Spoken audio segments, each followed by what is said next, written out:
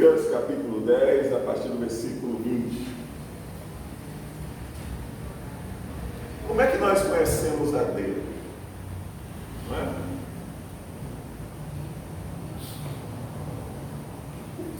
Bem, nós só conhecemos a Deus porque Ele resolveu se revelar para nós. Isso é óbvio, né? Senão nenhum de nós o conheceríamos. E como é que Deus se revela para o homem? Né? Nós sabemos que Deus se revelou a Adão, se revelou a Eva, né? Se revelou a Noé, se revelou a Abraão e a outros tantos, não é? Mas chegou um momento que Deus inspirou inicialmente um homem, assim nós cremos pela tradição, né? A escrever os 5 primeiros livros da Bíblia, e foi Moisés, né? Moisés escreveu o Pentateuco. O Pentateuco são os 5 primeiros livros da Bíblia. Vai de Gênesis até Deuteronômio. Então, a partir daí, Deus normatizou uma forma de se revelar ao homem, através da palavra escrita. Ok? Então, é assim que Deus se revela a nós, hoje, através da Bíblia. Só existe essa forma de Deus se revelar para nós, através da pregação da palavra, né? O apóstolo Paulo, na carta aos Romanos, ele diz, né? Citando Isaías: quem creu em nossa pregação, né? Ok? Então, a fé, ela vem pelo ouvir, e ouvir a palavra de Deus. Então, Deus se revela a nós pela Bíblia, por esses 66 livros. Nós temos que foram livros que foram escritos por homens inspirados, cerca de 40 homens, 40 autores escreveram a Bíblia num período de 1500 anos. Então é assim que Deus se revela hoje a nós. Agora, é claro que tudo que nós poderemos saber sobre Deus não está escrito na Bíblia, né? Nosso Deus, Ele é infinito, Ele é ilimitado, ok? Ele vai além de todas essas páginas que aqui estão, mas a Bíblia, ela nos foi dada com a certeza de que aqui é o suficiente, é o que nós precisamos saber para conhecer a Deus. Haverá um dia que nós estaremos face a face com o Senhor, nós o conheceremos plenamente, assim como dele nós somos conhecidos. Essa é a nossa esperança, amém? Então, Deus, Ele se revela ao ser humano através da palavra dele, através da Bíblia, através desses livros inspirados, ok? Com a ajuda do Espírito Santo de Deus. É o Espírito Santo de Deus que revela a Deus para nós. Quando a palavra, ela é lida, quando a palavra, ela é pregada, ok? Deus dispõe o coração daquele que ouve para reconhecer o seu chamado, ok? E para fazer a partir do momento que ele reconhece o chamado de Deus, ele aceita o chamado de Deus, ele faz parte do reino de Deus, ele faz parte da igreja, ok? Então nós somos, podemos dizer isso, nós somos privilegiados, né? Nós que já estamos em Cristo, nós somos privilegiados. A quem pertence a verdadeira sabedoria, se não a nós? Né? O homem arrogante, presunçoso, né? Cheio de intelectualidade, Deus não existe, né? Ou inventa 1001 historinhas, diz que é iluminado, recebeu a iluminação de Deus, né? Escreve meio mundo de coisas que não retrata nada sobre Deus, porque a única forma de Deus se revelar ao homem hoje é através da palavra dele, através da Bíblia. Não tem outra forma. E a Bíblia está aqui para nos servir de regra de fé e prática. É ela que nos serve de regra de fé e prática. Nós não podemos fazer doutrina dentro da igreja que não esteja na Bíblia. Todo o ensino, todo o conhecimento de Deus deve estar assentado em bases sólidas, que é a palavra de Deus, que é a Bíblia, ok? E Jesus sabia disso. Aí os discípulos chegaram, né? Com alegria, os 70 que ele enviou, né? Daqui no início do capítulo 10 de Lucas. Senhor, em teu nome os espíritos são subjugados. Nós oramos, nós impomos as mãos, ungimos com óleo, as pessoas eram curadas, as pessoas eram libertas das suas aflições, né? Aí Jesus disse: mas Senhor, tudo bem, isso é importante, mas melhor ainda é ter os vossos nomes escritos no livro da vida, né?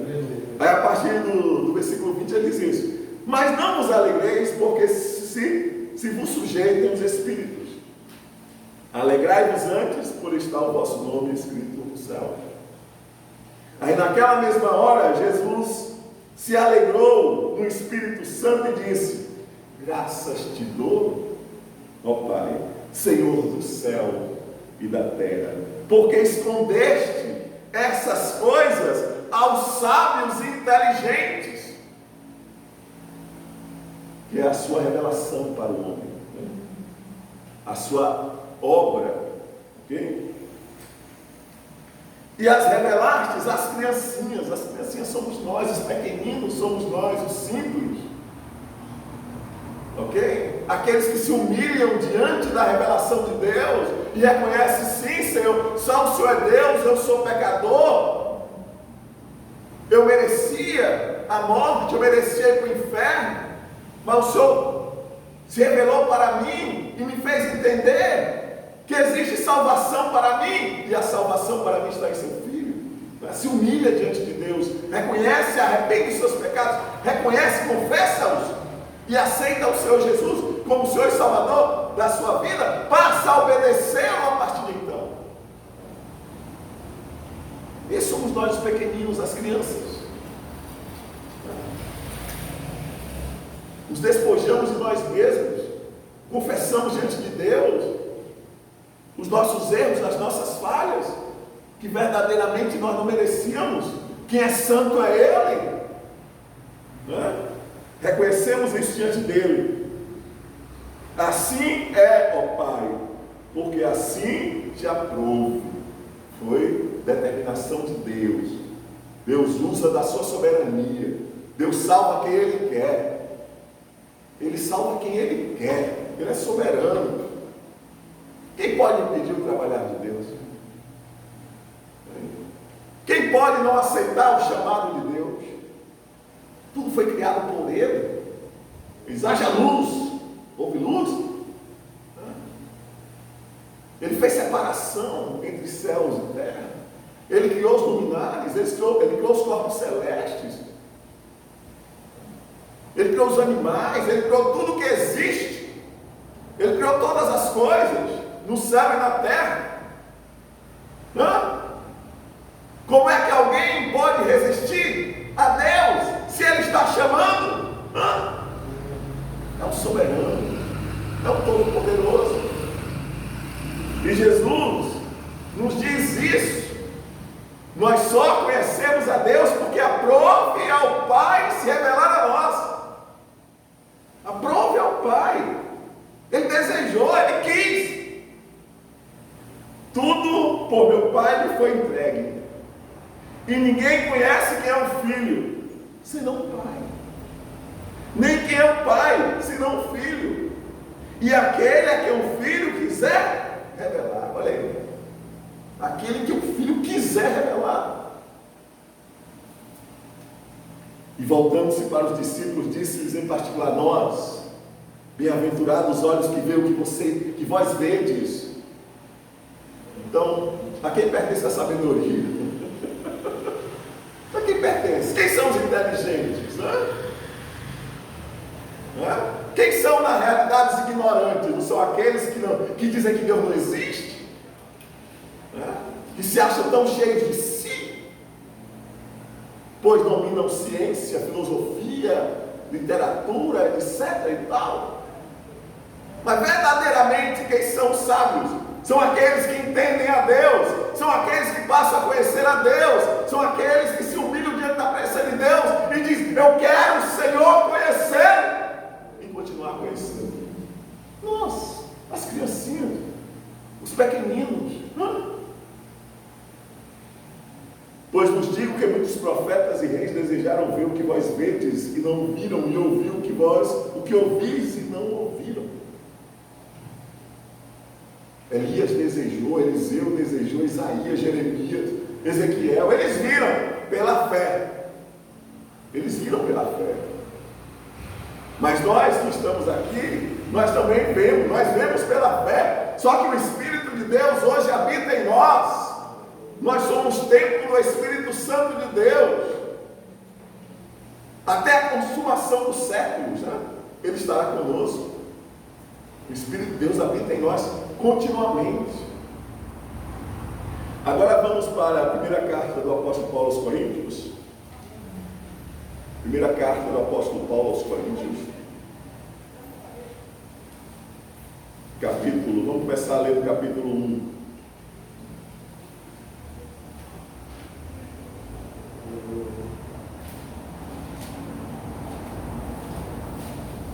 Vamos ler a partir do capítulo 1,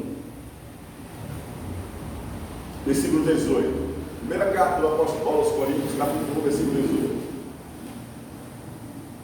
Bem, os coríntios eram gregos, né? E os gregos, eles tinham uma predileção, ok? Pela filosofia, né? Eles superestimavam a sabedoria humana, né? Os seus filósofos, os seus pensadores, né? E isso estava incomodando a igreja. Porque, gente, quando a gente vem para a igreja, nós despojamos de tudo que somos e temos. Nós estamos aqui para aprender com Deus. Nós não podemos trazer aquilo, a não ser aquilo que venha, que não contradiz a palavra de Deus, que não venha interferir na doutrina da igreja, ok? Mas aquilo que vem causar problemas doutrinários na igreja, por causa de conhecimentos na minha vida pregressa, eu não posso trazer para a igreja.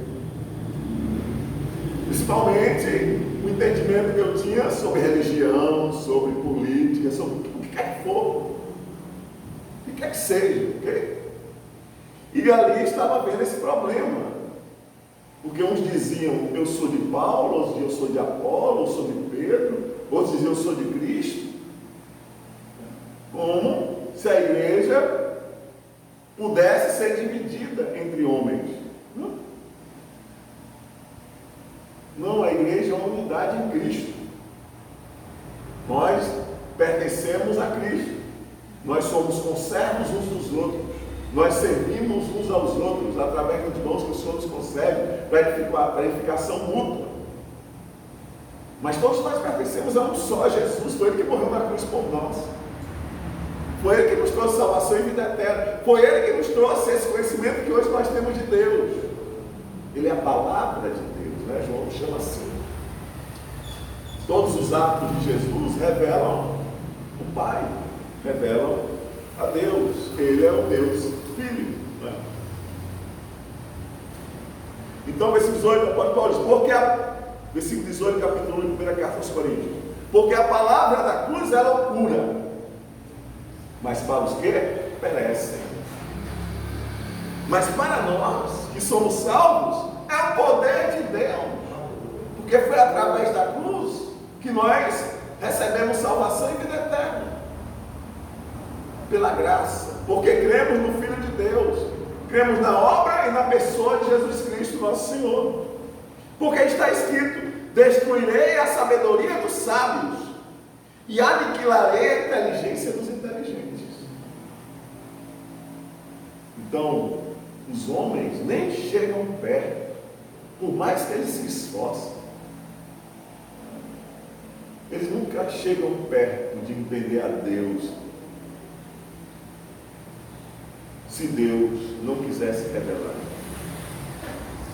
Nós só conhecemos, novamente repito, nós só conhecemos a Deus porque Ele se revelou para nós, através da palavra, através da pregação dessa palavra. O Espírito Santo de Deus abriu o nosso entendimento, nos fez compreender a Deus. Deus nos chamou e nós aceitamos nos chamar. Quem pode recusar o chamado de Deus? Eu lembro quando eu me converti, eu passei 3 meses indo para a igreja. não tinha levantado a mão, mas no meu coração eu tinha aceitado. Mas é importante publicar, tornar público, né? Gente, um dia, um domingo, o pastor fez um apelo, não fui eu não, eu estou dizendo aos irmãos. É como Ezequiel dizia, né? O Espírito do Senhor entrou em mim e me levantou. Levantou, porque eu já tinha aceitado ele. Mas eu levantei a mão para publicar, para fazer a minha confissão de fé, a minha profissão de fé. Então, é necessário sim. Mas foi o Senhor que fez isso. E é coisa maravilhosa. Onde está o sábio? Onde? Está entre os gregos? Está entre os filósofos gregos, pensadores? Onde estão os sábios? Estão nas universidades? Nos grandes centros de excelência em ciência, tecnologia? Onde estão os sábios? São os literários? Quem são os sábios? São os poliglotas que falam várias línguas? Onde estão os sábios? Na ONU? Onde estão os sábios? Onde estão os sábios? Onde está o escriba? Aquele que excelentemente escreve, onde está ele? Onde estão? Onde está o inquiridor deste século? Aquele questionador que faz perguntas, que quer desestabilizar o outro através de perguntas, ou quer aguçar o conhecimento do outro através de perguntas, é um método muito usado pelos gregos. Porventura não tornou Deus louca a sabedoria deste mundo? Por quê? Gente, a criação revela o seu Criador, revela a natureza. Toda a criação revela que existe um ser superior, superiosíssimo, que criou todas as coisas, uma mente privilegiada, que criou todas as coisas, que vai além do entendimento de qualquer ser humano. Então os homens são indesculpáveis, porque rejeitam a revelação natural de Deus. A revelação natural de Deus é a sua criação que nos dá.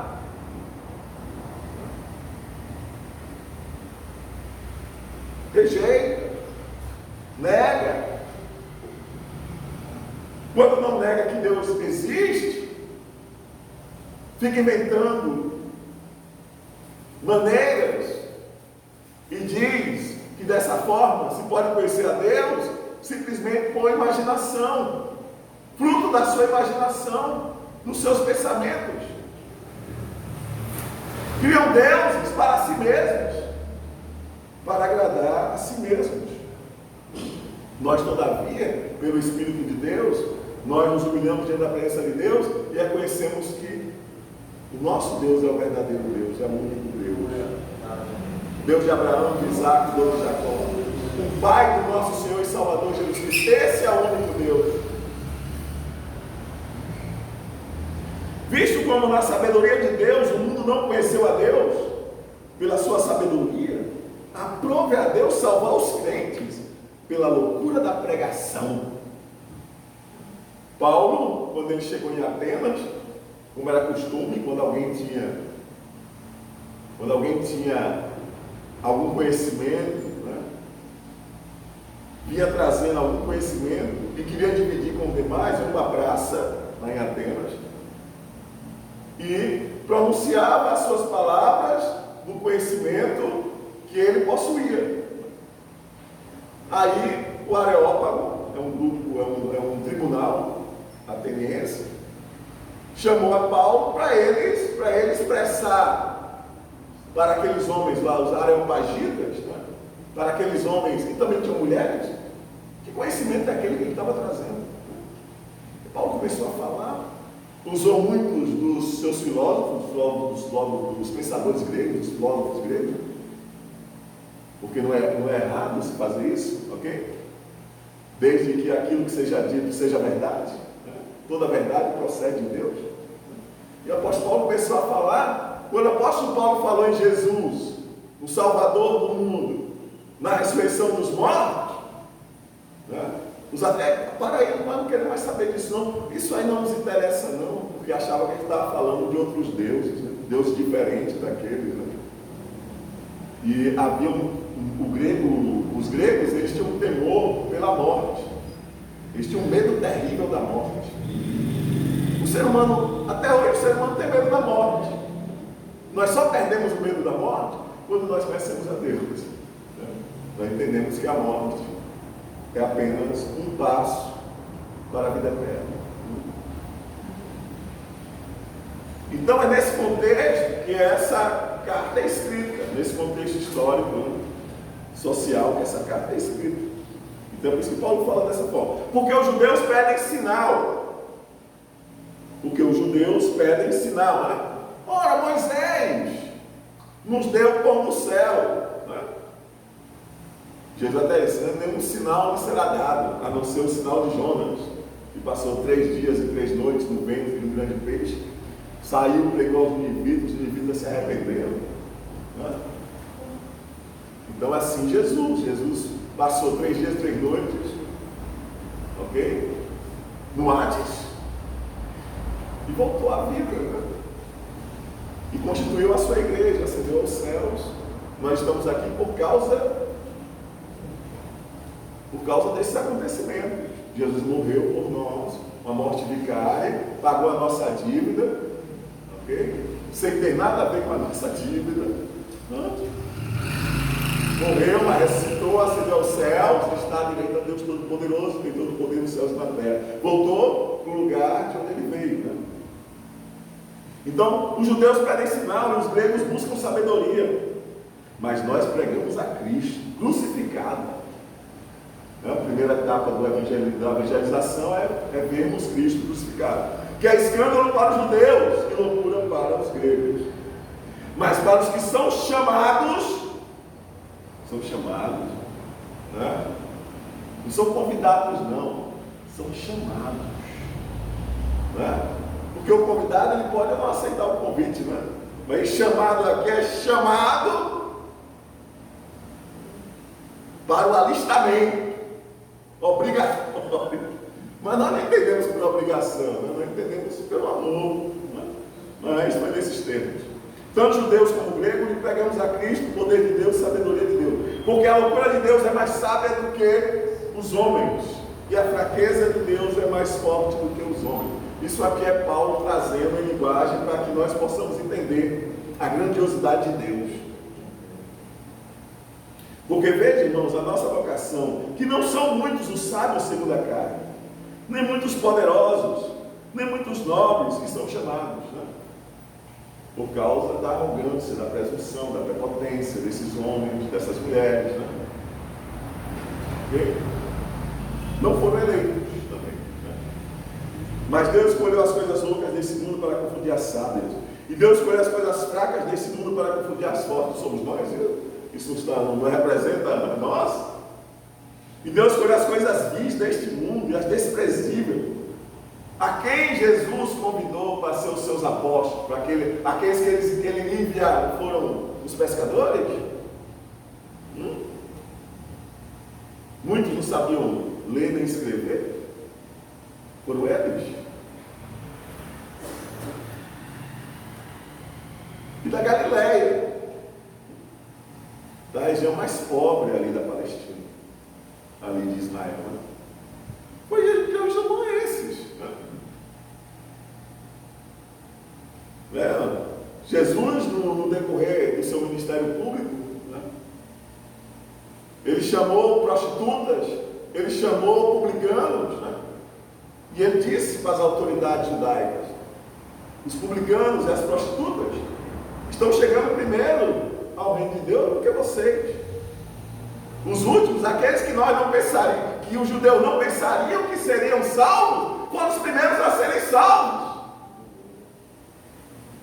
E assim aconteceu conosco, cada um aqui tem a sua história. E as que não são, para aniquilar as que são, para que nenhuma carne se glorie perante ele. É pela graça, é pela misericórdia, é pelo amor, é pela bondade, não é mérito nosso, é graça.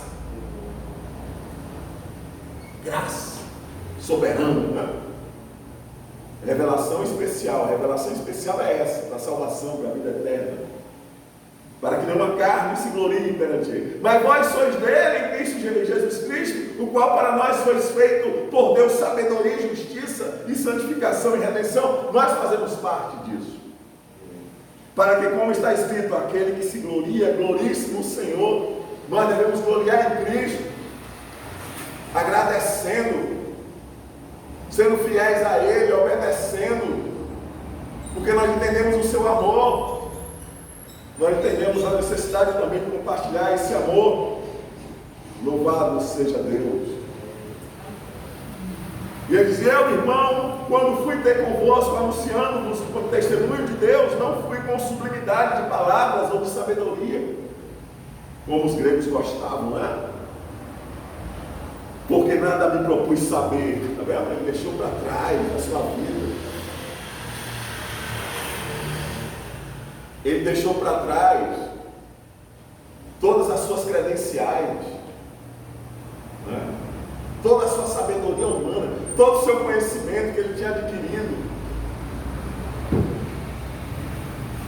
Me propus saber entre vós, senão nada me propus saber entre vós, senão a Jesus Cristo e esse crucificado.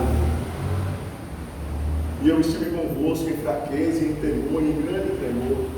A minha palavra, a minha pregação não consistiu em palavras persuasivas de sabedoria humana, mas em demonstração do Espírito e de poder.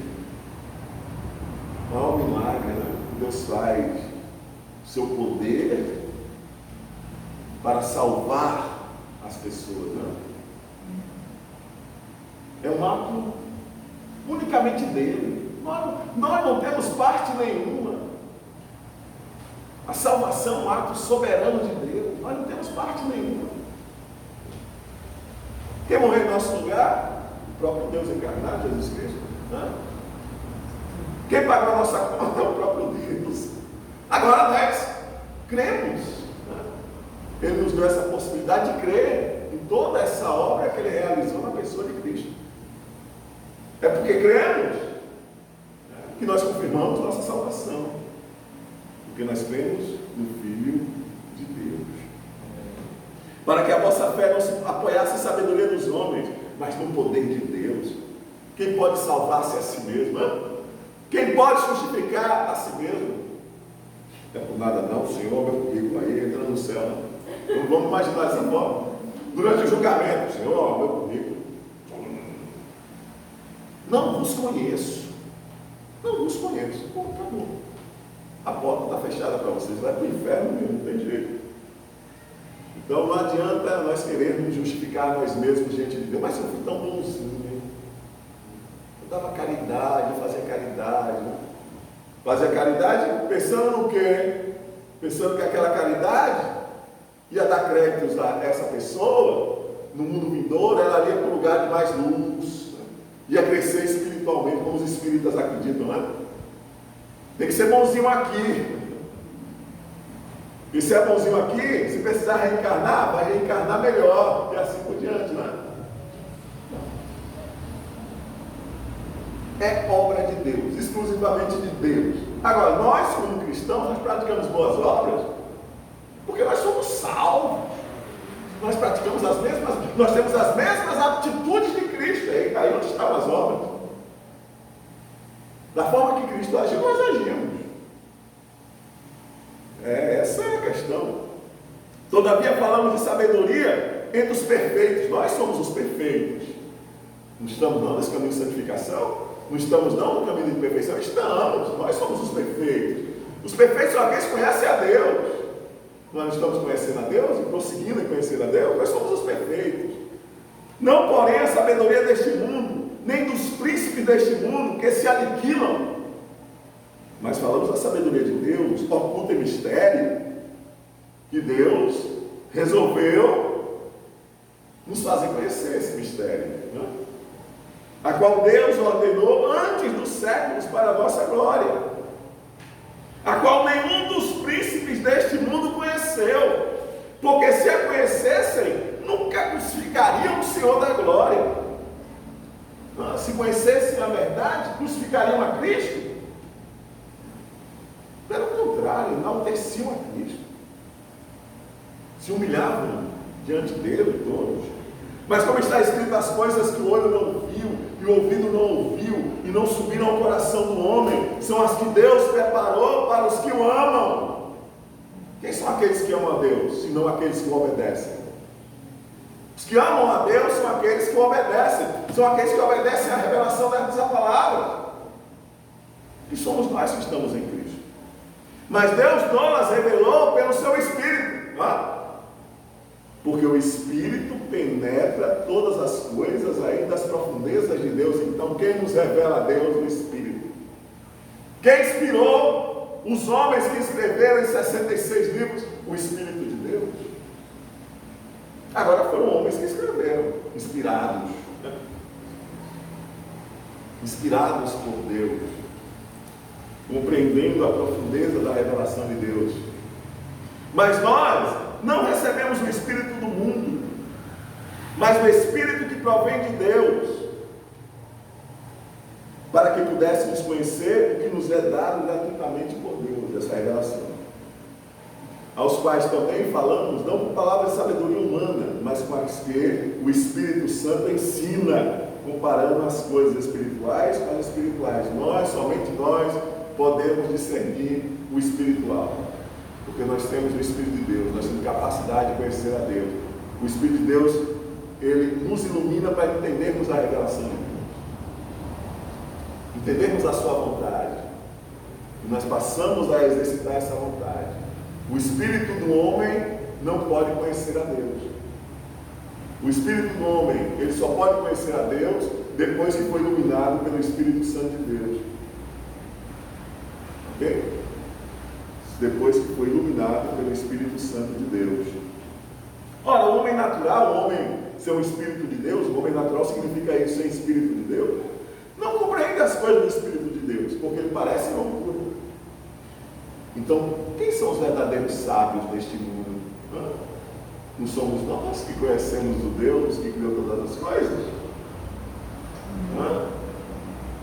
Eles nos tratam como ninguém, como nada, né? Essas pessoas que dizem que Deus não existe, não é? Alienados nos chamam assim. Você tem pouca escolaridade, você não sabe nada, você não entende nada das coisas. Nos tratam como ninguém, mas onde está a verdadeira sabedoria? Não está em nós? Quem são os tolos? Quem são os incautos? Quem são os bobinhos? Não são eles? São eles. Porque quem conhece a Deus somos nós. Mas a Deus não existe? Não existe.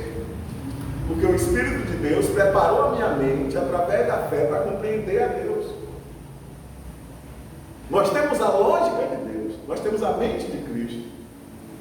Significa, nós podemos conhecer a Deus. E vocês dizem que não existe? Não, a gente sabe que Deus existe, a gente crê que Deus existe.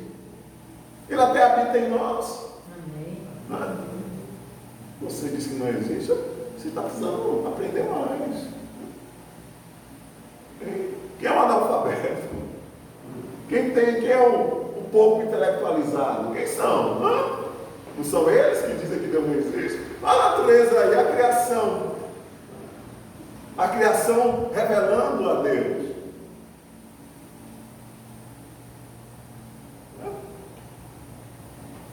Então é assim que nós devemos nos entender na história da humanidade hoje, como aqueles que verdadeiramente detêm o conhecimento de Deus, e detêm não